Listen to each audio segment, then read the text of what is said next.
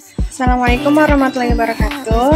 Hai semuanya, perkenalkan nama saya Naila Insania, NIM 14245561. Di sini saya akan menjelaskan tentang sistem reproduksi wanita dan juga pria, eksternal dan internal. Di sini saya akan menjelaskan tentang sistem reproduksi wanita bagian dalam. Di sebelah sini ada uterin fundus. Uterin fundus adalah bagian atas rahim yang terletak di atas tempat pertemuan saluran tuba dan merupakan area yang paling luas dari rahim. Fungsinya sebagai pendukung pertumbuhan janin selama kehamilan dan berperan dalam proses kontraksi saat melahirkan. Terus di bagian sini ada namanya uterus. Uterus atau rahim adalah organ berongga berbentuk pir yang terletak di pinggul wanita. Fungsinya sebagai tempat perkembangan janin selama kehamilan. Kemudian di bagian sini ada namanya fimbriae. Fimbriae adalah struktur berbentuk jari yang terletak di ujung saluran tuba falopi. Fungsinya sebagai menangkap dan membantu mengarahkan sel telur atau ovum yang dilepaskan dari ovarium menuju tuba falopi setelah ovulasi.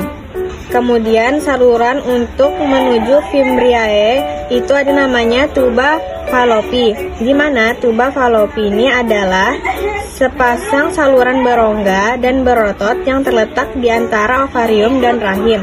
Fungsinya yaitu sebagai tempat pertama bertemunya sel telur dan sel sperma sebelum menjadi tempat pembuahan. Lalu di bagian sini ada namanya ovarium. Ovarium atau indung telur adalah kelenjar berbentuk oval yang terletak di kedua sisi rahim. Fungsinya sebagai penghasil hormon kewanitaan dan sel telur. Kemudian di sini ada namanya ovarium ligamen. Ovarium ligamen terletak di dalam rongga pinggul wanita. Fungsinya sebagai penghubung ovarium dengan struktur yang lain. Kemudian di bagian sini ada namanya endometrium. Endometrium adalah lapisan dalam rahim yang terdiri dari jaringan yang kaya akan pembuluh darah. Fungsinya sebagai pendukung perkembangan bayi dengan menjadikan lapisan kaya nutrisi untuk implantasi embrio. Kemudian di bagian sini ada namanya saluran serviks.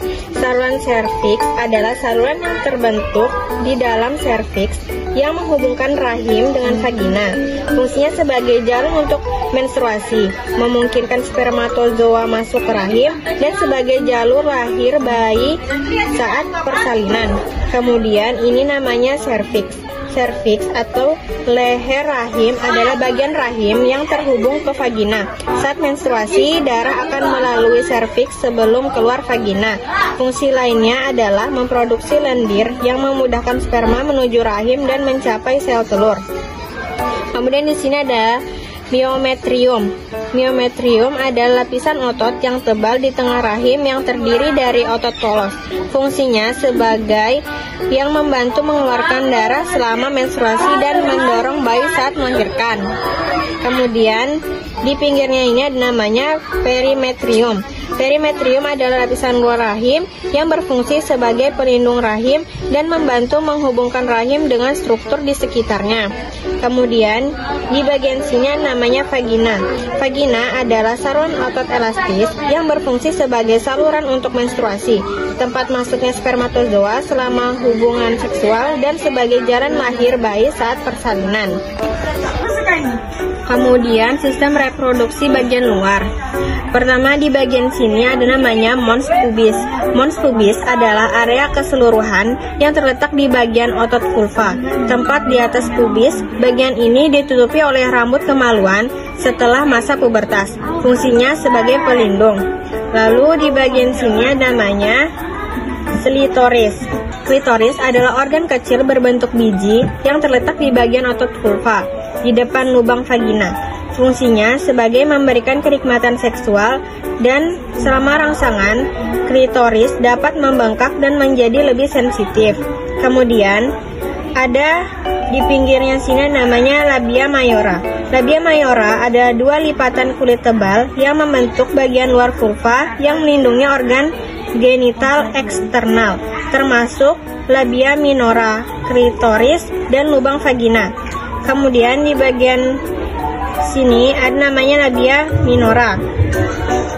Labia minora adalah dua lipatan kulit tipis yang terletak di dalam labia majora. Fungsinya sebagai melindungi vagina dan uretra dari infeksi serta iritasi, dan juga membantu menjaga kelembapan area genital. Kemudian, di bagian dalamnya ada namanya pembukaan uretra. Pembukaan uretra atau lubang uretra adalah bukaan di bagian bawah tubuh yang menghubungkan kandung kemih dengan luar tubuh. Fungsinya sebagai saluran untuk mengeluarkan urin dan kandung kemih. Kemudian, di dalamnya sini namanya vagina. Vagina adalah saluran otot elastis yang menghubungkan vulva dengan rahim. Fungsinya sebagai saluran untuk menstruasi, tempat masuknya spermatozoa selama hubungan seksual, dan sebagai jalan lahirnya bayi saat persalinan. Kemudian terakhir ada anus. Anus adalah bagian akhir dari saluran pencernaan yang berfungsi sebagai tempat keluarnya tinja dari tubuh. Kemudian di sini saya akan menjelaskan organ reproduksi pria bagian dalam. Pertama, di sini ada kandung kemih. Kandung kemih adalah organ berongga yang berfungsi menyimpan urin sebelum dikeluarkan dari tubuh. Kandung kemih dapat merangsang saat penuh dan berkontraksi untuk mengeluarkan urin melalui uretra. Kemudian di sini ada namanya uretra. Uretra adalah saluran pembawa urin dari kandung kemih keluar tubuh. Fungsinya untuk mengeluarkan sperma selama ejakulasi. Kemudian di sini ada lubang penis atau meatus uretra, adalah bagian ujung saluran ada di kepala penis. Fungsinya yaitu sebagai jalur keluarnya urin dan sperma dari tubuh pria. Kemudian di bagian sini ada namanya kelenjar prostat. Kelenjar prostat yaitu kelenjar kecil yang terletak di bawah kandung kemih pria, mengelilingi uretra. Fungsinya menghasilkan cairan yang menjadi bagian dari membantu melindungi dan mengangkat sperma selama ejakulasi. Kemudian di sini ada namanya vas deferens. Vas deferens adalah saluran yang menghubungkan epididymis dengan uretra.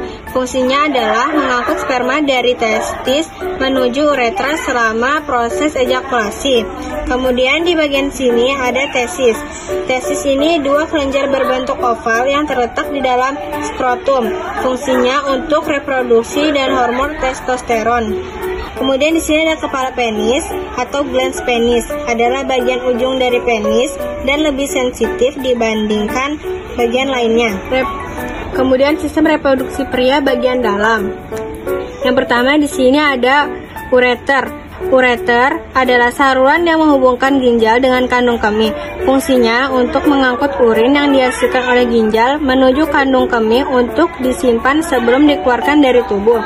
Kemudian di sini ada namanya vesicula seminalis. Ini adalah kelenjar yang terletak di dekat prostat yang berfungsi menghasilkan cairan yang kaya akan fruktosa yang dapat membantu sperma bergerak dan bertahan hidup selama ejakulasi. Kemudian di bagian sini ada namanya ampula vas deferens.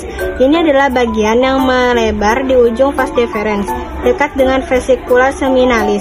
Fungsinya menyimpan sperma sementara sebelum dikeluarkan selama ejakulasi. Kemudian di bagian bawah sini ada namanya kelenjar prostat. Ini adalah kelenjar kecil pada sistem reproduksi pria yang terletak di bawah kandung kemih. Fungsinya menghasilkan cairan yang menjadi bagian dari air mani yang membantu melindungi dan mengangkut sel sperma. Kemudian di bagian sini ada namanya kelenjar Cowper. Kelenjar kecil pada sistem reproduksi pria yang terletak di bawah prostat dan menetralkan keasaman akibat urin, terutama sebelum ejakulasi. Kemudian di bagian sini ada nama jaringan erektil. Ini adalah jaringan dalam penis yang dapat terisi dengan darah, menyebabkan penis mengeras dan membesar saat ereksi. Kemudian di bagian ujung sini ada namanya epididymis, yaitu saluran panjang yang melingkar di bagian belakang setiap testis. Fungsinya menyimpan, mematangkan, dan mengangkut sperma dari testis sebelum sperma dikeluarkan saat ejakulasi. Sekian dari penjelasan saya, kurang lebihnya mohon maaf. Assalamualaikum warahmatullahi wabarakatuh.